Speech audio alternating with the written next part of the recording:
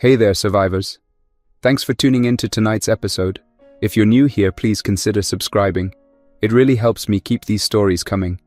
And while you're here, let me know in the comments where you're listening from. Now let's get started. I have been underground for 60 days now, but the sense of time has completely unraveled. There are no sunrises here, no sunsets, only the constant hum of the air recirculation units and the low vibration of the pumps buried even deeper below my feet. I count the days with scratches on the concrete near my bunk, but even those marks feel meaningless. I don't know if the world above is still burning, or if it's simply empty.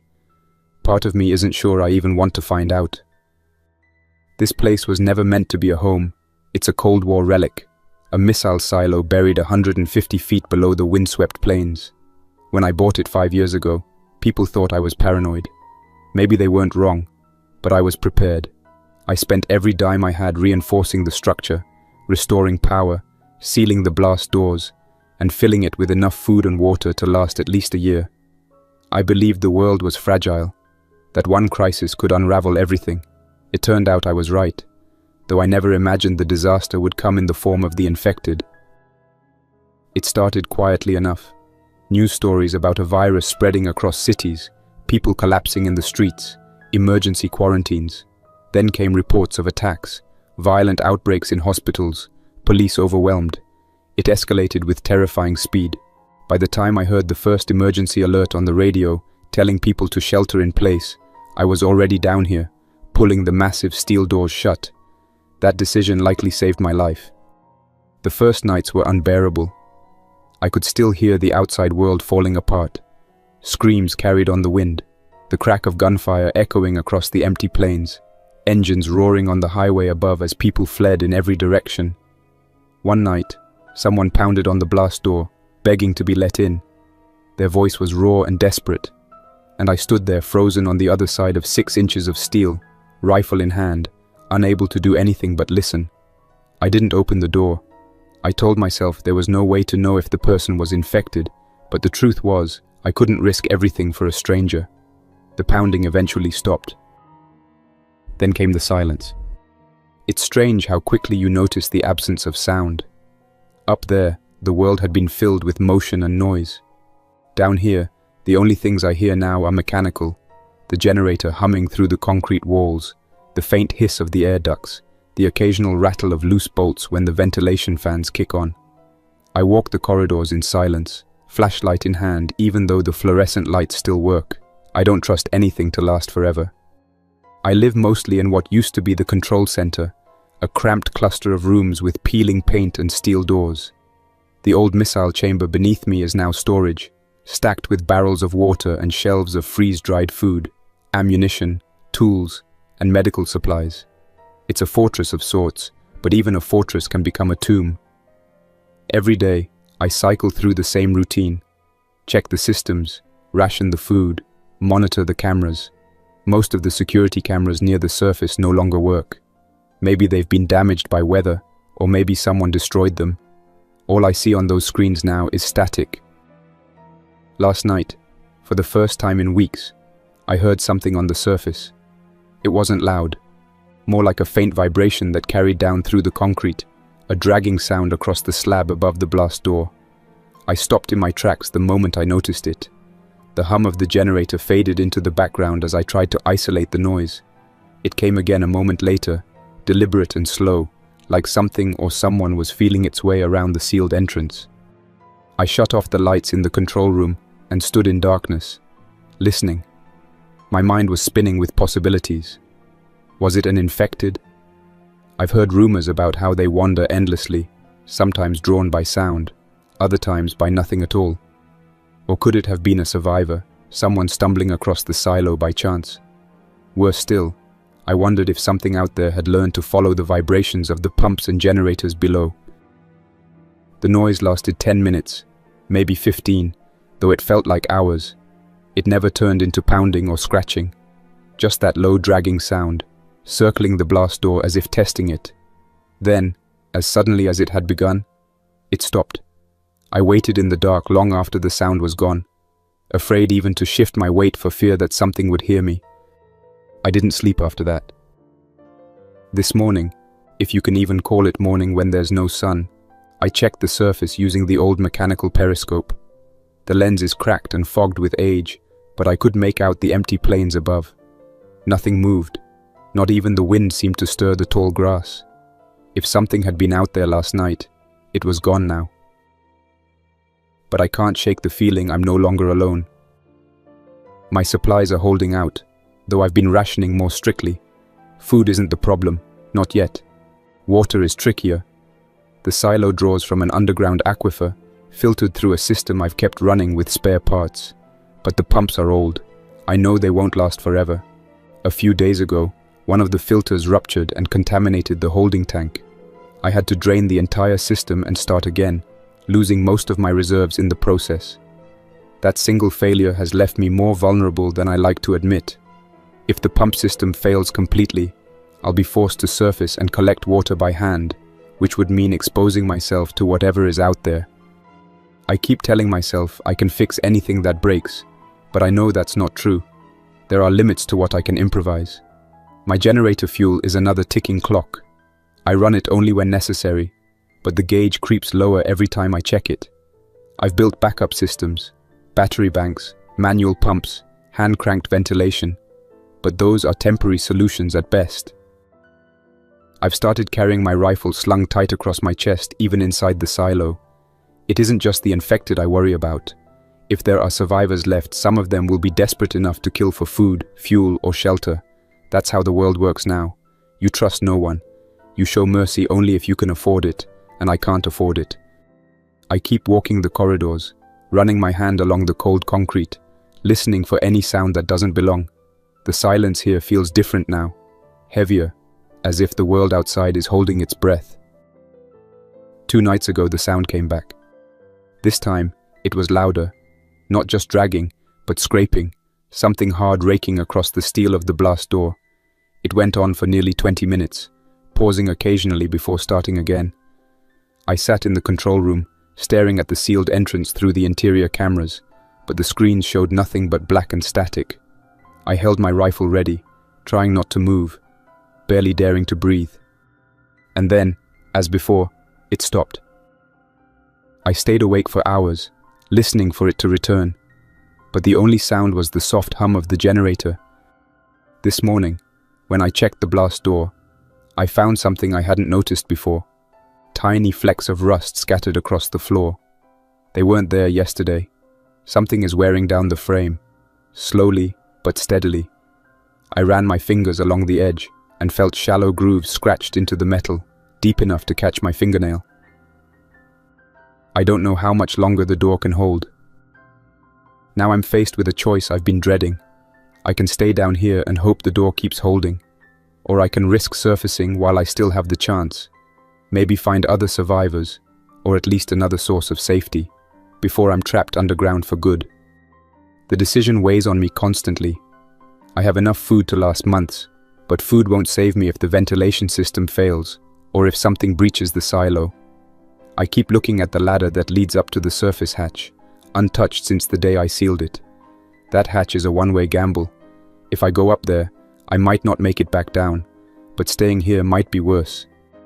I've started to notice things I never used to think about, little details that could mean everything in a place like this. The air has been tasting slightly metallic the last 2 days, and I can't tell if that's my imagination or the ventilation system slowly failing. The filters have been running non-stop since I came down here. I swapped out the last set a week ago, and I only have 2 spares left. If the fans go, I can hand crank the system manually, but I won't be able to run it that way for long. Even with the silo's size, the air would get stale in a matter of days. I tried distracting myself with work.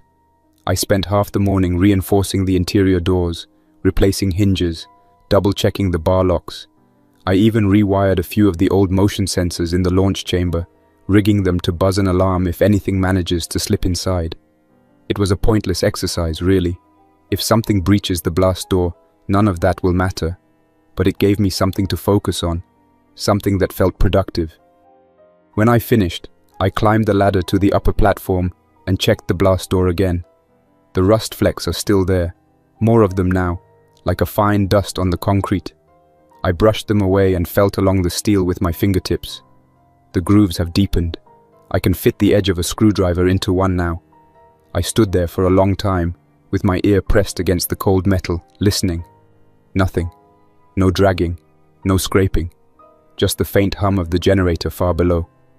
But the silence doesn't reassure me anymore.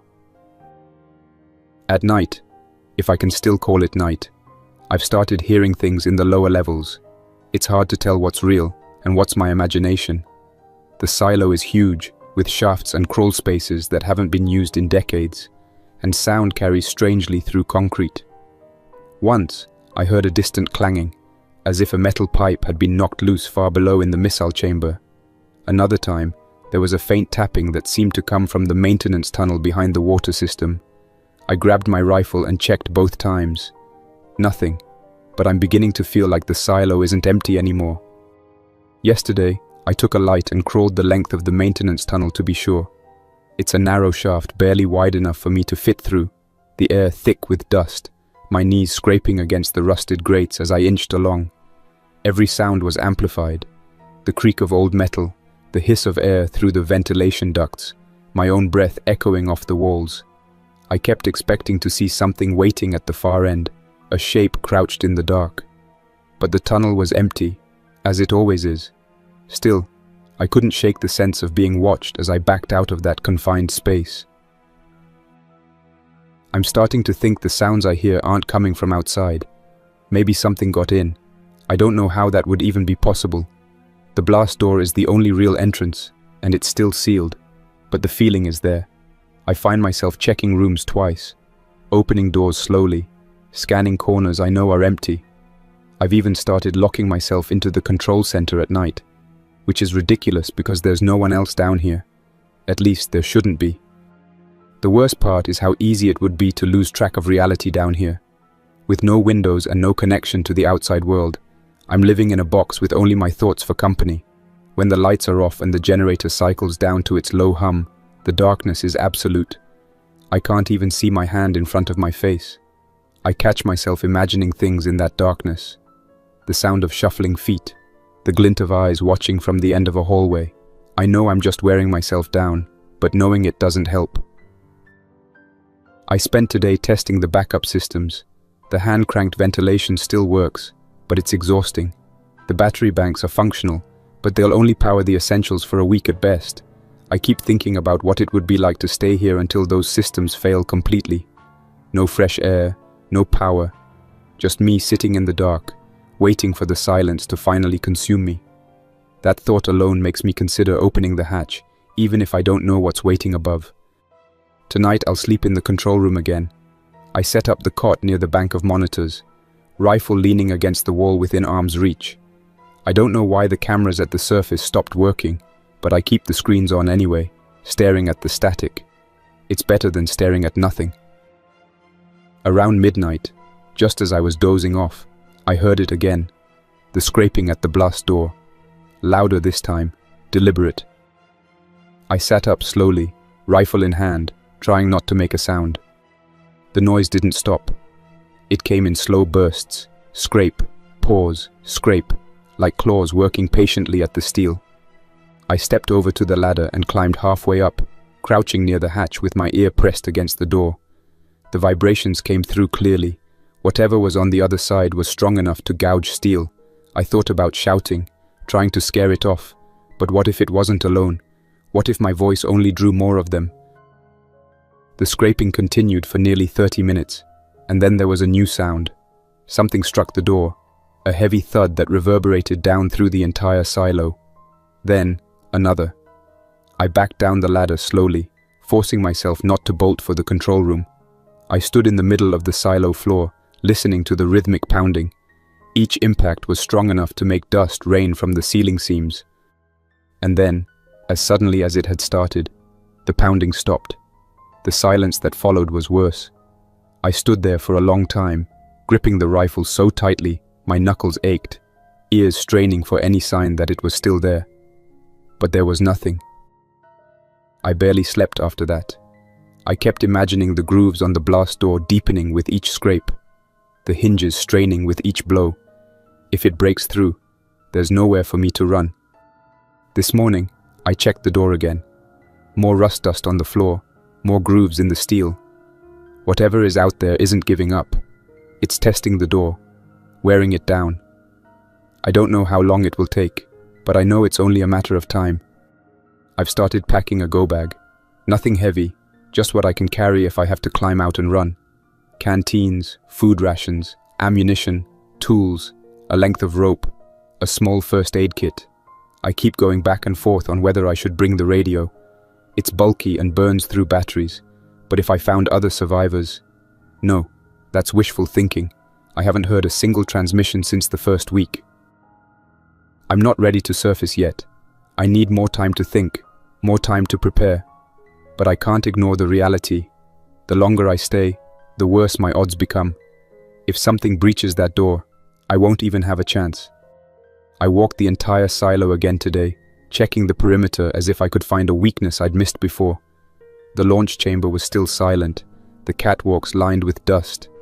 I paused at the far end of the room, staring up at the narrow access shaft that leads to the surface hatch. It felt different today, standing there in the dim light.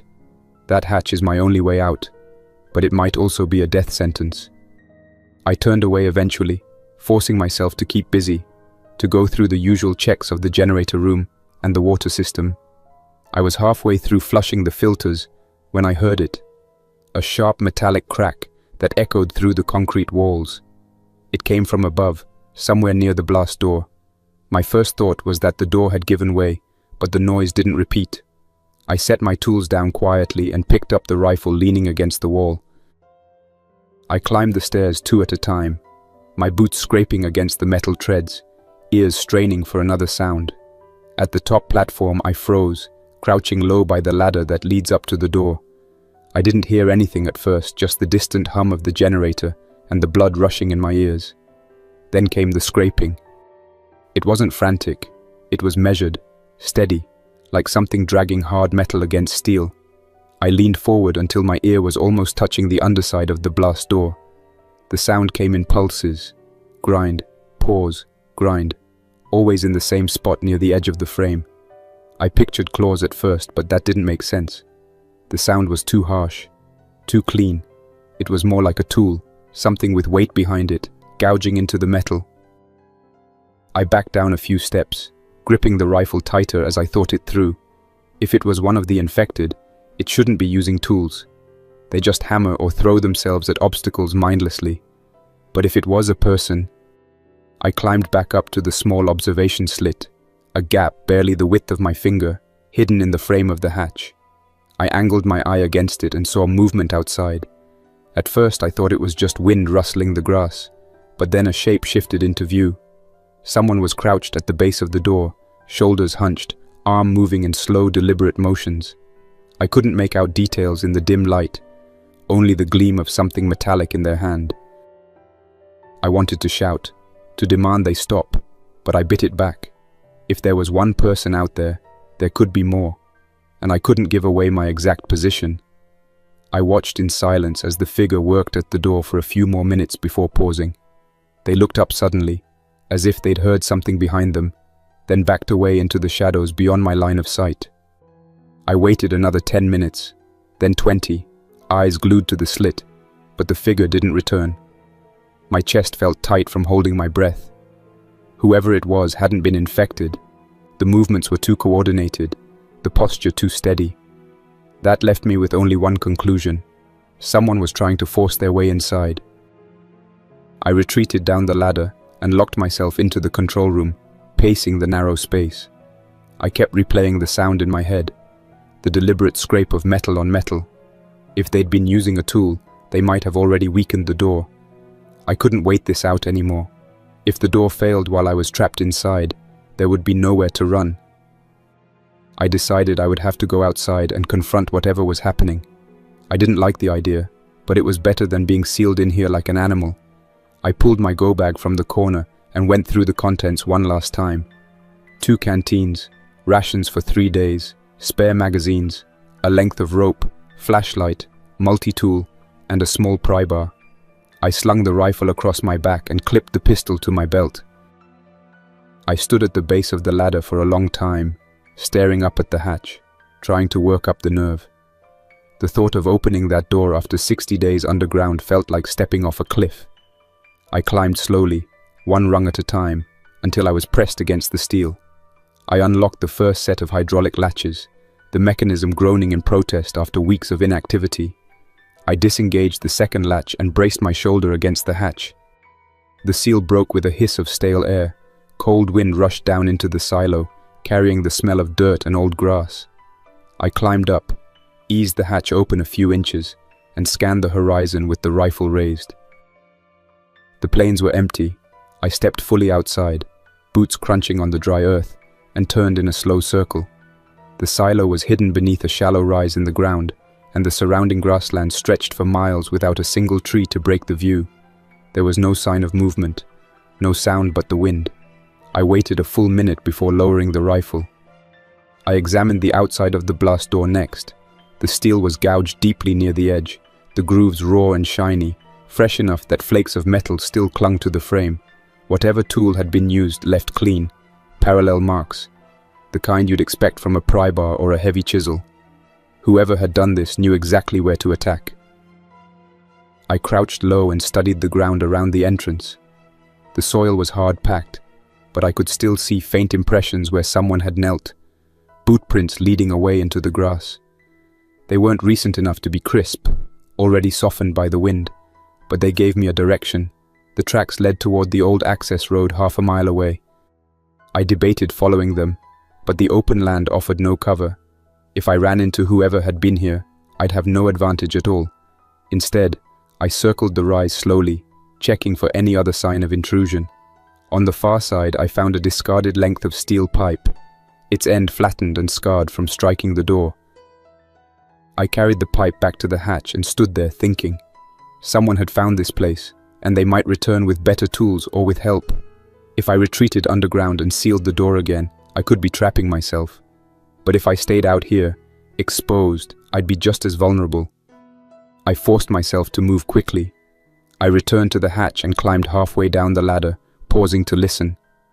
The interior of the silo was silent, the same oppressive silence I'd been living with for weeks.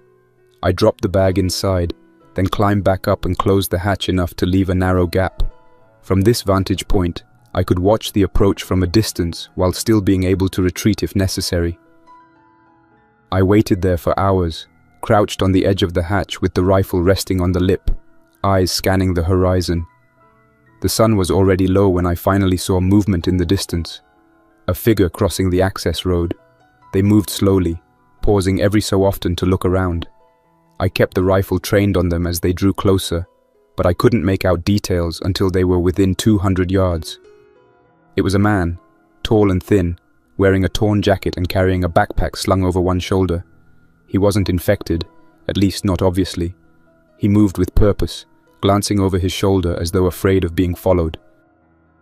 I lowered the rifle slightly but didn't relax. He stopped halfway up the rise, scanning the ground where the pipe still lay. Then he turned directly toward the hatch, and I realized he'd seen me. He raised a hand slowly, palm out, in a universal sign of peace. "I know you're there," he called out, his voice carrying clearly in the empty air. "I'm not here to hurt you." I stayed silent, weighing my options. He could be alone, or he could be bait to lure me out, but I couldn't ignore the fact that he was the one who had tried to breach my door. "Please," he called again. "I just need water. I was trying to open it, yeah, but I wasn't going to hurt anyone. I didn't know if there was anyone left alive inside." I kept the rifle steady on him, my finger resting lightly on the trigger. The wind cut across the plain, stirring the dry grass at his feet, carrying his voice clearly down to where I crouched by the hatch. My mind was moving through every possibility, every trap this could be. If he had partners nearby, they could be waiting for me to expose myself fully. If he was infected, he might be hiding the early stage as well. Trust was a luxury I couldn't afford anymore. "Stay where you are," I finally called back, my voice firm, louder than I meant it to be. He froze in place, his raised hand still hovering at shoulder height. "Don't take another step." "I'm not armed," he shouted, slowly lifting his jacket to show me his empty waistband. I just need water, please. I don't have much left, I lied, letting my tone harden. The system down here is barely working. If you leave now and don't come back, I'll give you a little. Enough to keep you going for a couple of days. But that's all I can do. He hesitated, shifting from one foot to the other. I could see the sunken hollows of his cheeks even from this distance. He looked like he hadn't eaten properly in weeks. I'm not asking for much, he said finally. I'll leave you alone. I just need something. You'll get it, I said, but you're going to tell me what's going on out here first. What you've seen, what you've heard, and you're going to stay exactly where you are while you do it. Understand? He nodded quickly, the movement jerky, almost desperate. Yeah, I understand. Then talk, I said. Start with how you found this place. His gaze flicked nervously to the horizon, then back to the hatch where I remained half hidden. I was following the old access road, he explained, speaking quickly now as though afraid I'd changed my mind. I figured there had to be something out here.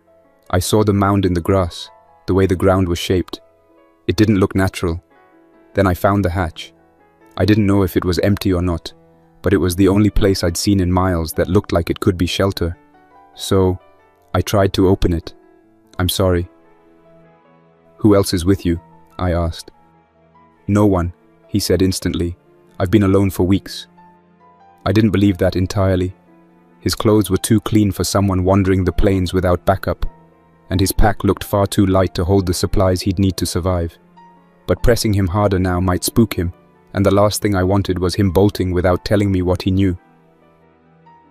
What about the infected? I asked. Have you seen any around here?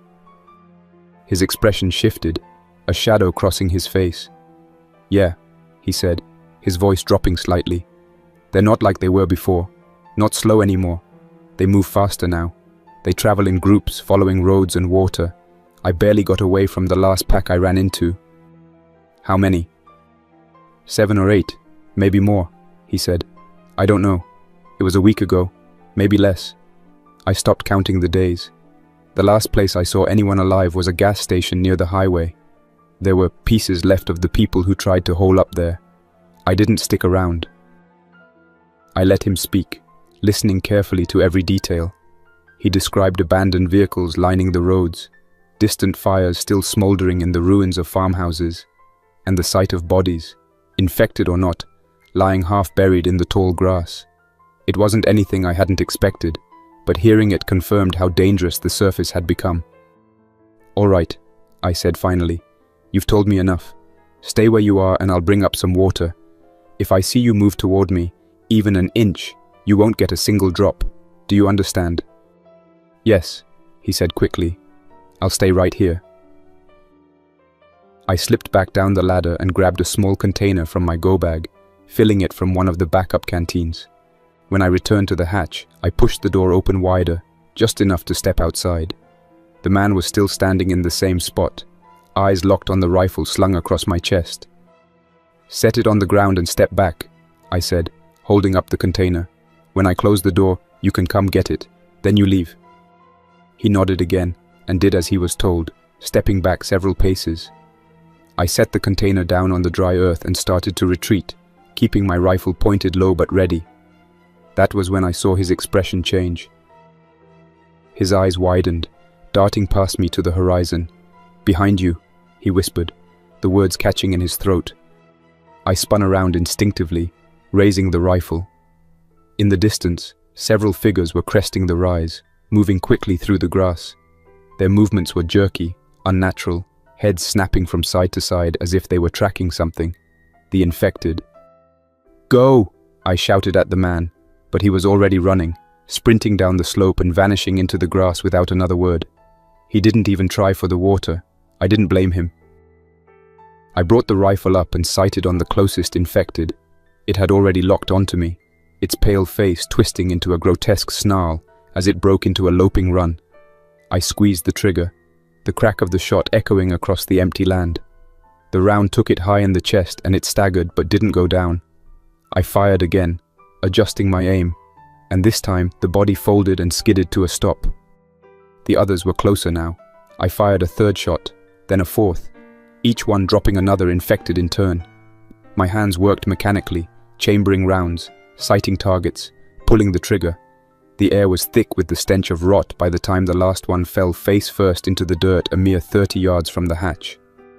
I pulled back through the hatch without looking at the bodies again. The heavy steel door slammed shut behind me with a reverberating clang that shook the frame. I engaged the hydraulic locks one by one, forcing the levers down with both hands, listening as the mechanisms latched into place. My pulse was hammering in my temples, but I stayed by the door for several minutes, rifle ready, ears straining for any sound. There was nothing, just the dim hum of the generator far below. I didn't sleep that night. I spent the next hour on the platform above the hatch, staring at the narrow viewing slit, wondering if more infected would appear. My mind kept circling back to the stranger, the way he'd bolted without hesitation the moment he saw them. I didn't know whether to be angry or relieved. He could have led them to me on purpose.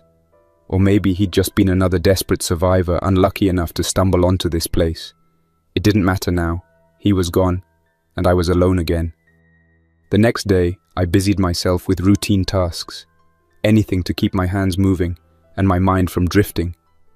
I rechecked the motion sensors in the launch chamber, cleaned the rifle and restocked the magazines I'd emptied, and walked the entire perimeter of the silo more times than I could count. Each time I stopped at the blast door, staring at the gouges etched into the frame. They seemed deeper now, though I told myself I was imagining it. I leaned close and inhaled, but the steel smelled only of dust and rust. Whatever had been outside was gone. 2 days passed like that. I slept in short, uneasy bursts, waking to every creak and shift of the structure. I didn't dare surface right away. If someone had seen me the other day, they could be waiting for me to get careless. But eventually my curiosity got the better of me. I couldn't stay buried forever, not knowing whether my presence here had been discovered. On the third morning, I strapped on my pack and rifle and climbed the ladder to the hatch. I listened for a long moment before disengaging the first hydraulic lock. The air above was still. When I finally cracked the hatch, a rush of cool wind swept down into the silo. I stepped out cautiously, sweeping the rifle in an arc, scanning the surrounding plains. Everything looked normal. The dry grass stirred softly in the breeze, the horizon empty in all directions. I walked the perimeter slowly, pausing at every rise and dip in the ground. The bodies from the other day were gone. Drag marks led off into the grass, the kind I'd seen too many times before. Infected scavenging their own, or something else hauling them away. I crouched to examine the tracks, but they disappeared in the hard-packed soil a few yards out. I stood for a long time on the rise overlooking the old access road, staring at the line where the asphalt disappeared into the distance. I half expected to see a figure appear on the horizon, but the road was silent and empty. Whoever had been here before hadn't returned, at least not yet. I returned underground and sealed the hatch behind me, but I couldn't shake the unease. Every sound inside the silo seemed amplified now. Every hum of machinery, a reminder that this place was only as strong as the steel that separated me from the outside world. That night, I double-checked every door and slept with the rifle leaning against my cot, ready to be in my hands at a moment's notice. Another day passed uneventfully. I fell back into my routines, though I kept my ears open for any sign of intrusion. By evening, I had almost convinced myself that maybe the stranger had truly been alone, that he'd wandered on, and the danger had passed. I made a small fireless meal and sat in the control room to eat it, listening to the low whir of the ventilation system and the faint tick of the clock on the wall.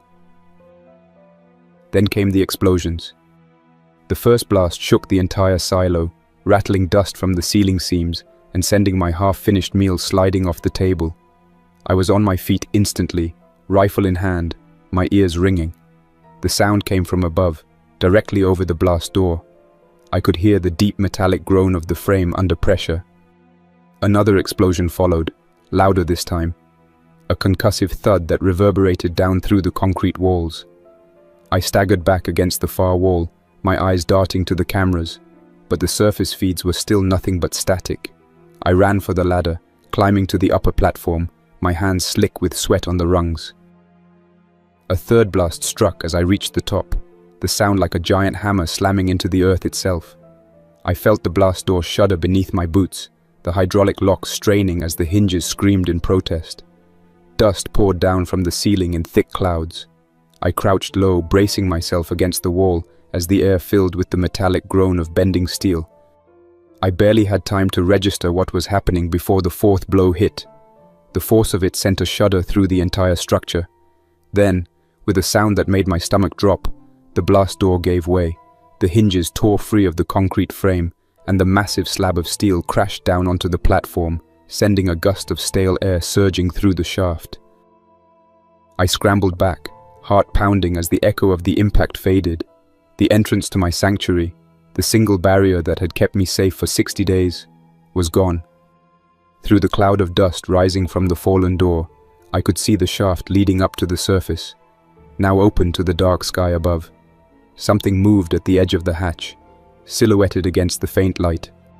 I raised the rifle without thinking and fired, the muzzle flash blinding me for an instant in the darkness. The figure jerked backward and vanished from sight. Another shape appeared in its place and I fired again. Then again, the shots ringing like thunder through the narrow shaft. The second man collapsed across the edge of the hatch, legs kicking briefly before sliding out of view. But there were more of them. I could hear the thud of boots on the concrete lip of the opening, the clatter of gear, voices shouting orders I couldn't quite make out. Then came the crack of return fire, bullets slamming into the steel platform around me, ricocheting off the railings with sharp metallic screams. I threw myself flat and crawled backward toward the ladder, barely managing to keep hold of the rifle as rounds tore through the air above me. The dust in the shaft grew thicker as more debris was kicked loose. I could see the faint outlines of men descending, weapons pointed downward, careful and methodical. There were at least 10 of them, maybe more. Whoever they weren't just scavengers. They were trained, moving with practiced coordination. I took a deep breath and lined up the sights on the first man dropping into view. The rifle cracked, the recoil slamming against my shoulder, and he twisted violently on the rope, tumbling into the darkness below. The man behind him tried to swing to the wall for cover, but I fired again, and his body jerked sideways, the rope slipping from his grip. He plummeted out of sight, his scream echoing up the shaft.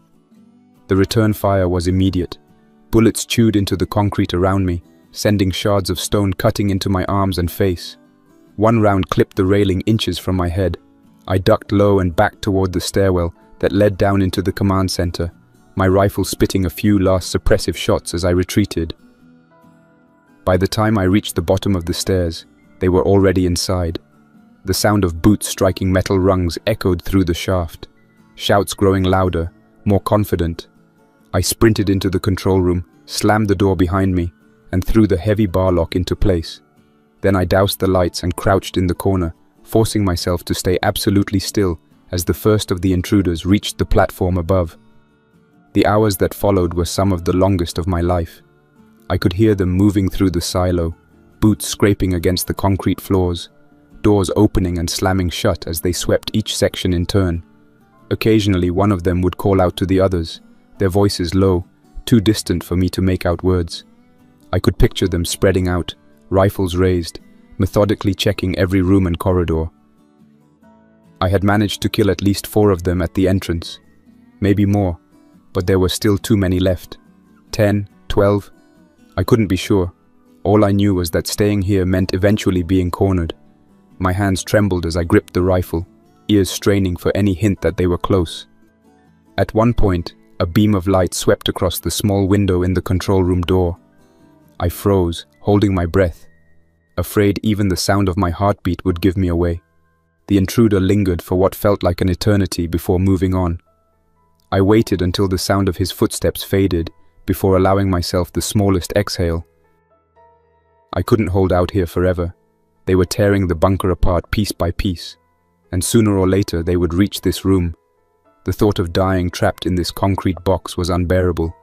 If I wanted to live, I had to escape. I crouched in the dark and forced myself to think clearly. The main entrance was out of the question. Even if I made it past the men searching the lower levels, the shaft was now a death trap, completely exposed. I needed another way out. My mind went to the maintenance tunnels that fed the ventilation and water systems. Narrow, filthy, and half-collapsed in places, but they connected to surface vents more than 100 yards from the main hatch. If I could reach one of those vents, I might be able to slip out unseen. I moved silently to the storage shelves and dug out my go bag. I stuffed it with as much as I could carry: ammunition, water, rations, medical supplies, a flashlight, batteries, rope. I took only what I knew I would need, forcing myself to ignore the rest. Life was more valuable than this bunker, I reminded myself. Everything I'd built here, everything I'd sacrificed to prepare for this exact scenario. It no longer mattered if it meant I didn't survive the night. The sounds of the search were growing closer now. I could hear voices on the stairs, the metallic creak of the upper platforms as men crossed from one section to another. My time was running out. I crept to the back of the control room and pushed aside a metal panel that covered the maintenance shaft. The opening was barely wide enough for me to fit through. I slid the rifle in first, then lowered myself onto my stomach and began to crawl. The darkness swallowed me immediately, the concrete walls pressing tight on either side. My elbows scraped the rough floor as I inched forward, each movement sending a soft rustle through the dust and debris. I stopped when I heard the door to the control room splinter behind me. Shouts filled the air, boots pounding across the floor I had just vacated. Someone yanked the bar lock free and stormed inside, their flashlight beam cutting through the gloom. I lay perfectly still, pressed flat against the floor of the shaft, listening as they tore the room apart in search of me. Minutes passed before they left, their voices fading down the corridor. I exhaled slowly, the breath shuddering out of me, then began crawling again. The shaft twisted and dipped, forcing me to maneuver awkwardly, the weight of the go bag dragging against the walls. At one point, I thought I heard something moving behind me, but when I stopped to listen, there was only the faint hiss of air through the ducts. The crawl seemed endless. My shoulders ached from the effort, and my knees were raw from scraping against the concrete. But eventually I reached the junction where the tunnel split, one path leading to the water intake vent, the other to the surface ventilation shaft. I chose the ventilation shaft. It was the longer route, but the vent cover was higher off the ground, less likely to be watched. As I dragged myself forward, I could still hear the faint echoes of the intruders in the silo behind me. They hadn't realized yet that I'd slipped into the maintenance tunnels, but it was only a matter of time. I quickened my pace, ignoring the pain in my arms and legs, focusing only on the thin hope of freedom ahead. When I finally saw the faint sliver of moonlight filtering through the grate, relief almost overwhelmed me. I reached it and pressed my ear against the metal, listening. The night was quiet. No voices, no footsteps, only the wind whispering across the plains. I unstrapped the pry bar from my pack and worked it into the seam of the grate, levering it free inch by inch until it came loose with a soft groan. I slipped out into the tall grass, crouching low, my eyes scanning the darkness for any sign of movement. The bunker loomed in the distance behind me, its main hatch now a gaping hole where the blast door had once been. The thought of everything I was leaving behind hit me like a physical weight, but I forced it aside. The bunker had kept me alive for 60 days, but it had become a trap. I tightened the straps of my pack and slipped deeper into the grass, moving quickly but carefully, putting as much distance between myself and the silo as I could. I didn't know where I was going, only that I couldn't stay. I didn't stop moving until the bunker was little more than a shadow behind me. I stayed low, slipping through the waist-high grass as the cold night wind whipped across the plains. I didn't know where I was going, but stopping meant giving the men inside a chance to catch up. My legs ached, my shoulders burned from the weight of the pack, but I pushed forward until my body demanded rest. By the time the first light of dawn spread across the horizon, I'd reached the remnants of an abandoned farmhouse. Its walls had partially collapsed. The roof caved in on one side, but the barn was still standing. I crept inside and found a dry corner behind a rusted tractor, hidden from view. I sat down with my back against the cold steel and let the fatigue wash over me, but I didn't allow myself to sleep. I just sat there, listening, scanning the empty fields through the slats in the barn walls for any sign of movement.